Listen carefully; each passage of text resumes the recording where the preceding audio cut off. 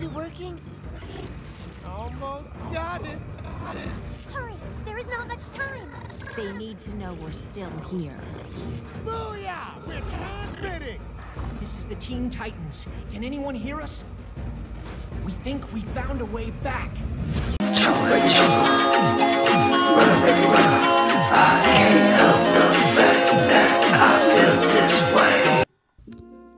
Does Teen Titans stand the test of time?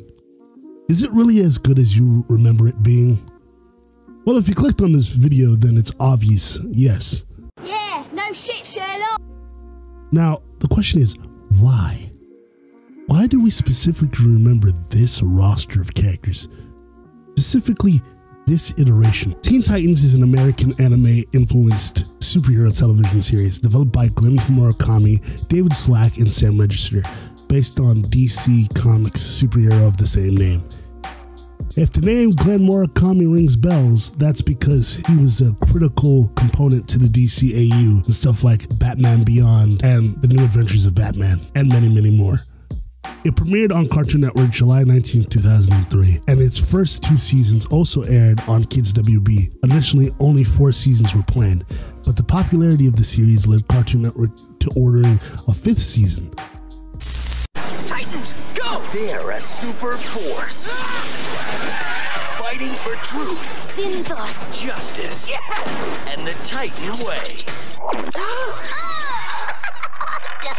Teen Titans, all new next Saturday at its new time, 9/8 Central and Pacific on Kids WB.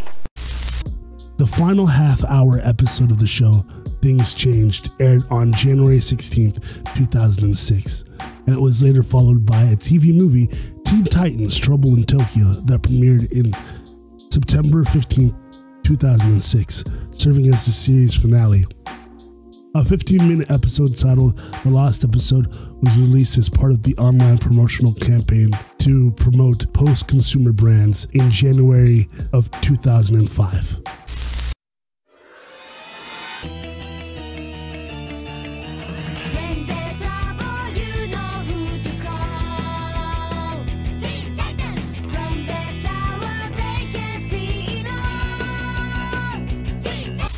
The show's theme song was performed by Puffy Amimi. This song is so legendary that Cartoon Network gave the band their own cartoon. 2 versions of the song were made, one in English and the other in Japanese. It's interesting to note that the episode in which the theme song is sung in Japanese are intended to be comedic and fun, while the ones sung in English are more intended to be serious in tone. The Japanese version of this theme song has been translated and used in the movie Teen Titans Trouble in Tokyo. The show is episodic, meaning as a viewer you could jump in at any time and not miss any crucial details except for special events where you had 2-part episodes.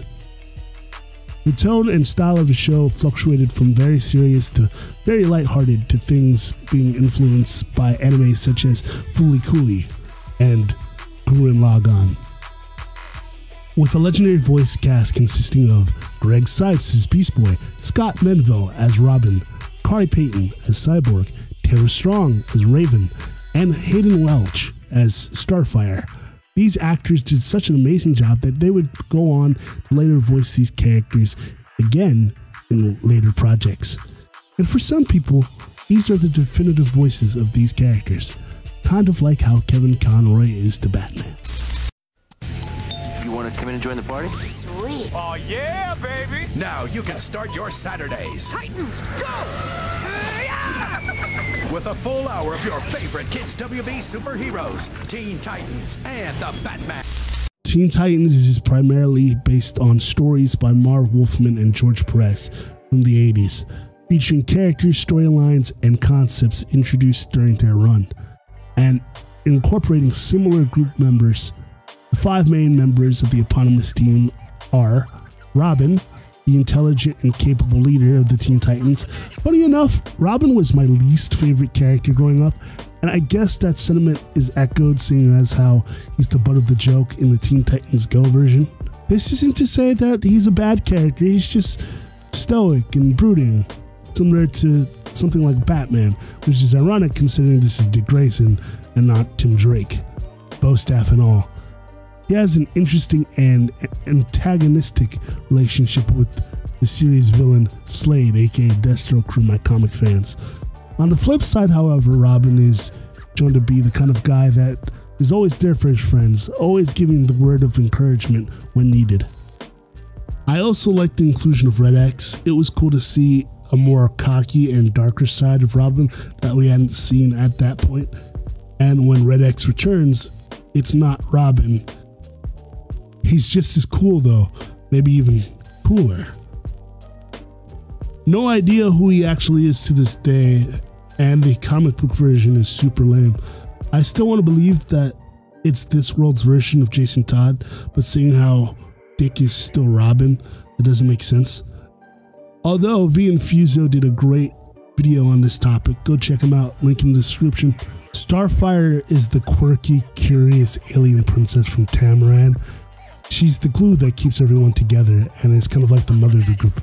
But considering she's also the fish out of water, a lot of human culture is often foreign to her, and her emotions are very heightened when the subject of her sister or her mutual crush, Robin, is involved.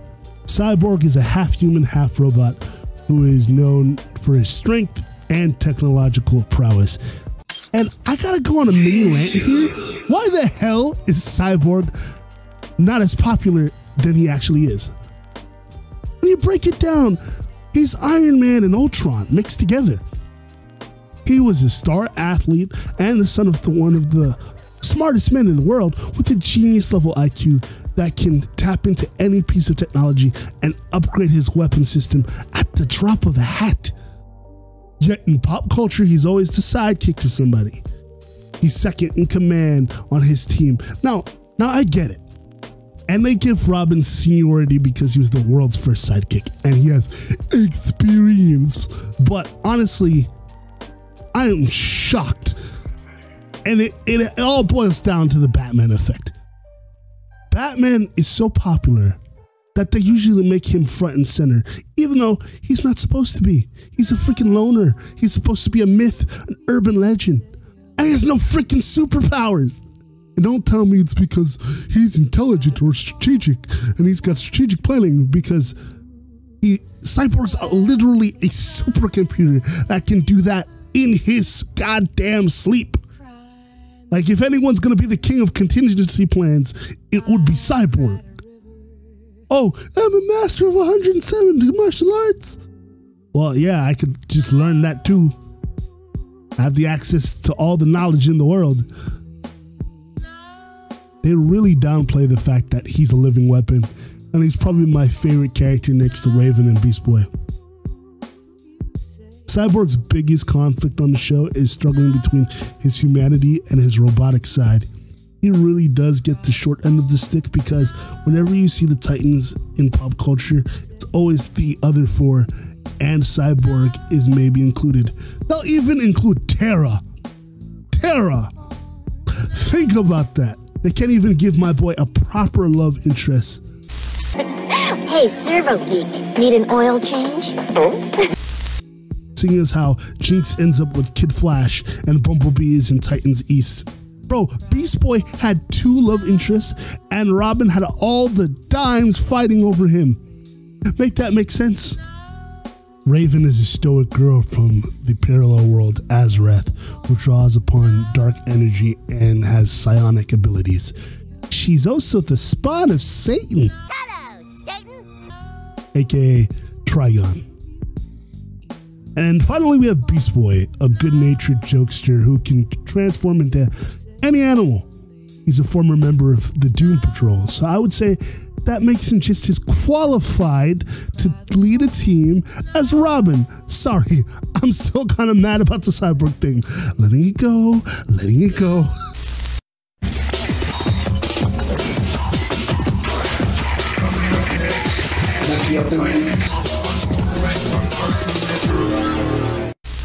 They're situated in Titan's Tower, a large T-shaped building featuring living quarters, a command center, and a variety of training facilities on an island just offshore from West Coast metropolis of Jump City. The team deals with all manner of criminal activities that threaten the city, while dealing with the struggles of their own adolescence and their mutual friendships and limitations. So basically, think slice of life if they had to beat the crap out of villains every once in a while, because although they do fight villains, the villains aren't as memorable unless we're talking about the big ones like Slade, Red X, Trigon, maybe the Hive. But everybody else, do you really remember Mother May I, or Mad Mod, or the Puppet King? Come on now. Atlas. The biggest aspect of the show is that they have a lack of secret identities, which, considering how they never refer to anyone outside of their given names, like they all go by their code names, like Beast Boy, Cyborg, Raven, Starfire. Although, like, in real life, they'd be like Dick Grayson, Rachel Roth, Garfield Logan, Coriander, and Victor Stone. Now, no one's ever referred by their given name, especially Robin. Robin is definitely on that secret identity shit. He never takes off his mask. One of the most interesting parts of Teen Titans is the fact that each member gets an entire season dedicated to them. Well, except maybe for Starfire, although we do get several episodes focused on her and her origins, including one about her sister, Blackfire, her being sent to the future where she finds out she's the glue that keeps everybody together. There's an episode where she deals with body positivity and body image issues, all while dealing with an alien metamorphosis, her being engaged to a slime monster because, you know, her sister, and the infamous racial slur episode. The Titans meet Val-Yor, an alien superhero who's on the verge to destroy his enemies. The Titans volunteer to help and immediately take a liking to him, but their opinions of Val-Yor may soon change once they realize what he truly thinks of Starfire. The Titans find out that Val-Yor has been racist to Starfire by calling her a Throg, which is a racial slur towards Tamaranians. Ship, I was only trying to help. I don't need any help from a stupid truck. Even though Val-Yor has been discriminating towards Starfire, Starfire still values his life enough to save him. And then we have to talk about the elephant in the room, which is the scene where she confronts Cyborg. Cyborg accidentally calls her the slur and, well, she says this. Yes. You know what it feels like to be judged simply because of how you look? Of course I do. I'm part robot. Hey, bro, come on now, dog. Come on, man. Yeah. No, it's because he's a robot. It couldn't possibly be because he's... What the hell is that? After being saved by Starfire, Val-Yor thanks her in a slightly offensive manner by saying that she's one of the good ones, and Starfire has some words about it. So let's just say there's been more than enough to make up for her lack of a season. The first season of the show focuses on the Teen Titans introduction of the mysterious supervillain, Slade, aka Deathstroke, who seeks to turn Robin into his apprentice. The second season is an adaptation of the Judas Contract, the storyline in which Tara joins the team while secretly plotting against them with the help of Slade. The third season depicts Cyborg's conflict with the evil organization Hive and their leader, Brother Blood, prompting Cyborg to form the superhero team Titans East with the help of Aqualad, Speedy, Mossy Menos, and Bumblebee. In the fourth season, Raven finds herself unwillingly involved in a plot that threatens the entire world when her demon father seeks to enslave the Earth. For the fifth and final season, the Teen Titans join forces with numerous heroes to combat the evil forces of the Brotherhood of Evil, Beast Boy's longtime adversaries, and their army of villains. The show ended on an interesting but sour note if you're a Beast Boy or a Beast Boy fan. The final episode, Things Change, follows their victory after defeating the Brotherhood of Evil. The Teen Titans have finally returned home, and after months of battling their fearsome villains, Beast Boy strangely sees Terra in her human form. You see, during the end of Terra's arc, she sacrifices herself and effectively kills Slade by turning them into stone. And all that was left was a stone statue of Terra underground. Beast Boy wants to return her to the team, but she apparently has no memory of her powers or her time on the team or even her romance with Beast Boy. And it's really sad, but at the same time, they really just needed to let it go. They follow the storyline up in the Teen Titans Go comic books, where we get to learn more about Terra, seeing as how she's actually a princess that comes to the land of Markovia, and she has an older brother named Geoforce. So that's neat. Most people who know that by now either know that through comic books or you've watched Young Justice. So there you go. There you go, all my Geoforce fans. In Tokyo, Japan, there's a master villain no one seems to know about. But he's reached out across the globe and sent the Titans a message. Pack your things. We're heading for Tokyo.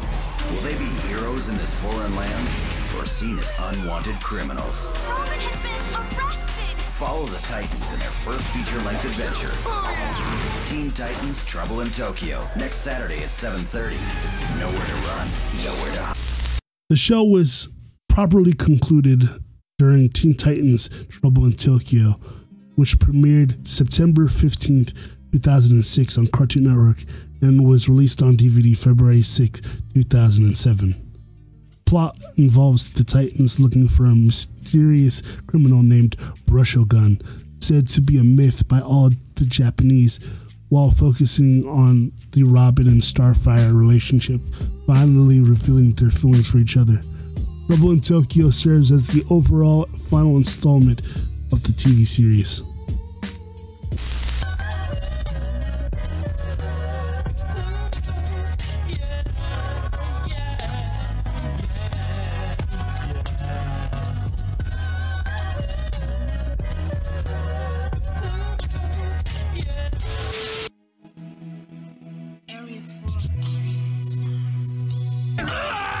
Animation is so hard! People who do this for a living deserve more credit and respect!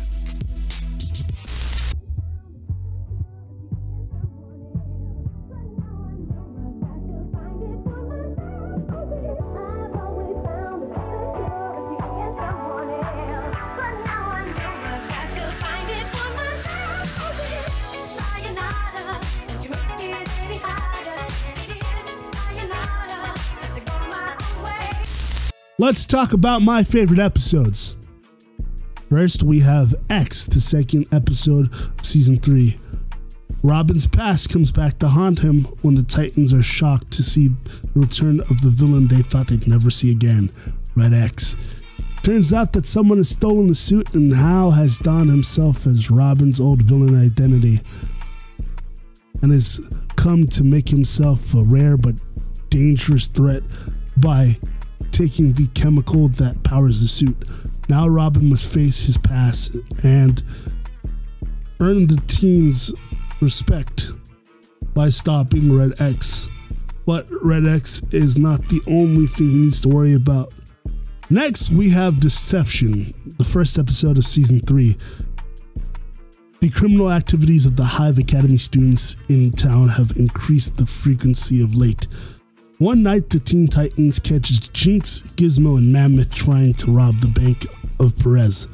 The villainous trio escapes, but with a special gift from Robin, a bug that allows the Titans to track the Hive Academy.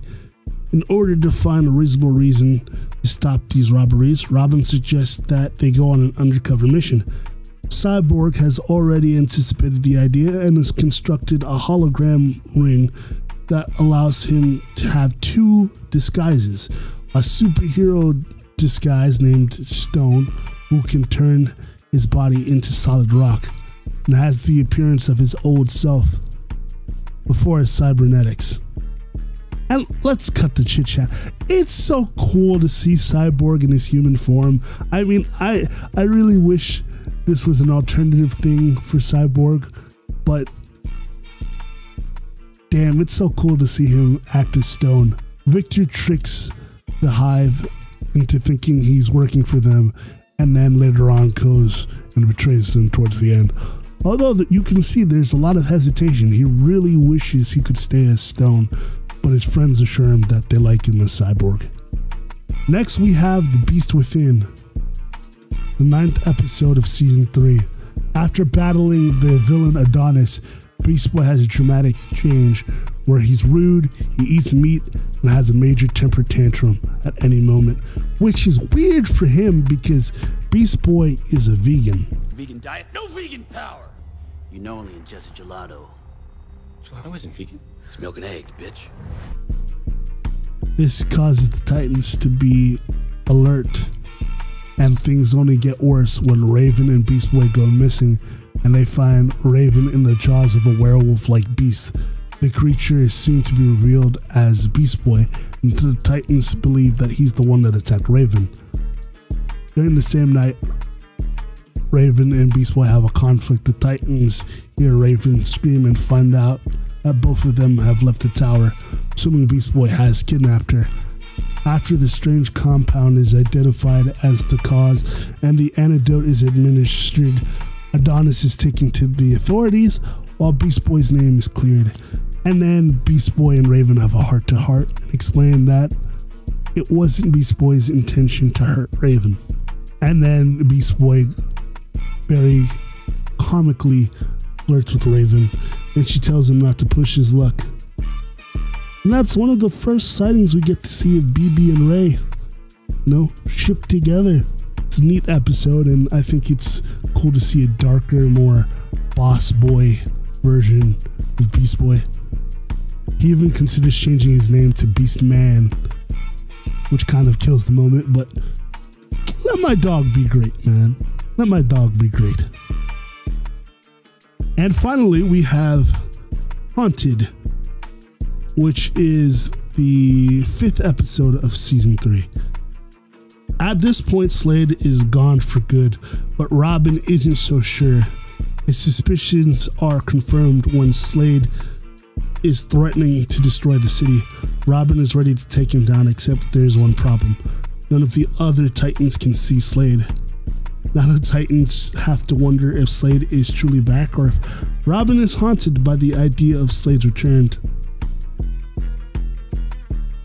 This episode is nuts because, my God, Robin takes a beating in this episode.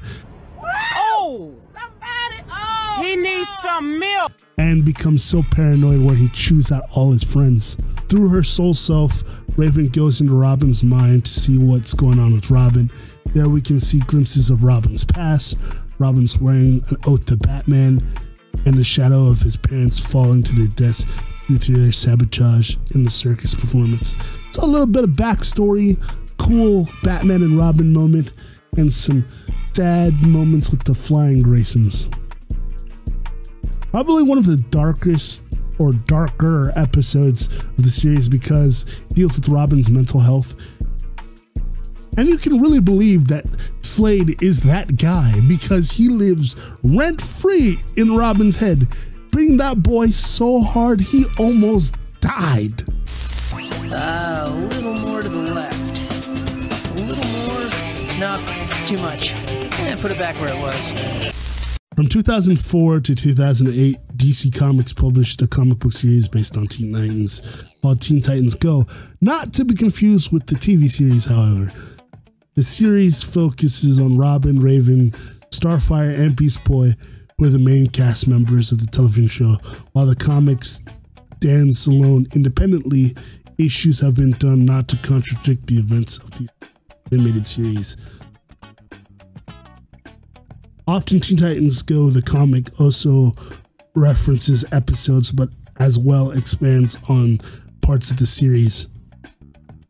That's where we get to see things like Slade's real identity, or people like Donna Troy, and stuff like Geoforce. Though it's cool to see characters that didn't show up on the show show up at least in comic book form. Yeah, something's better than nothing. The series was revisited as a series of shorts in 2012, the DC Nation programming block on Cartoon Network. Dubbed The New Teen Titans, the shorts began airing September 11, 2012. The shorts featured chibi versions of the Titans, with the principal cast returning from the original series. This is probably the prototype where we get first the show Teen Titans Go. Teen Titans Go was announced as a spin-off, with many of the voices staying the same, but having the stories significantly altered in tone from Teen Titans and the new Teen Titans shorts. The series premiered April 23rd, 2013, and is still going to this day, and is Cartoon Network's most popular show to date, to the detriment of some people. I like it. I think it's not that bad, going as far as get a one-up on the original series, having its own theatrical film.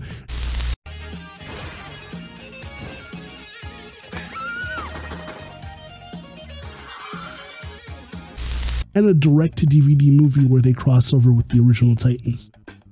Not bad for a show that everybody says is XD lols. It's not that bad. You can still go back and watch the original series, but damn. Well, if you agree or disagree with anything I've said, don't forget to like, comment, and subscribe, and tell me what you think about Teen Titans. What are your fondest memories? Who was your favorite villain? Who was your favorite member of the team? Do you think I was right or was I wrong about Cyborg? Don't forget to like, comment, and subscribe so you know the next time we upload, and thanks for watching.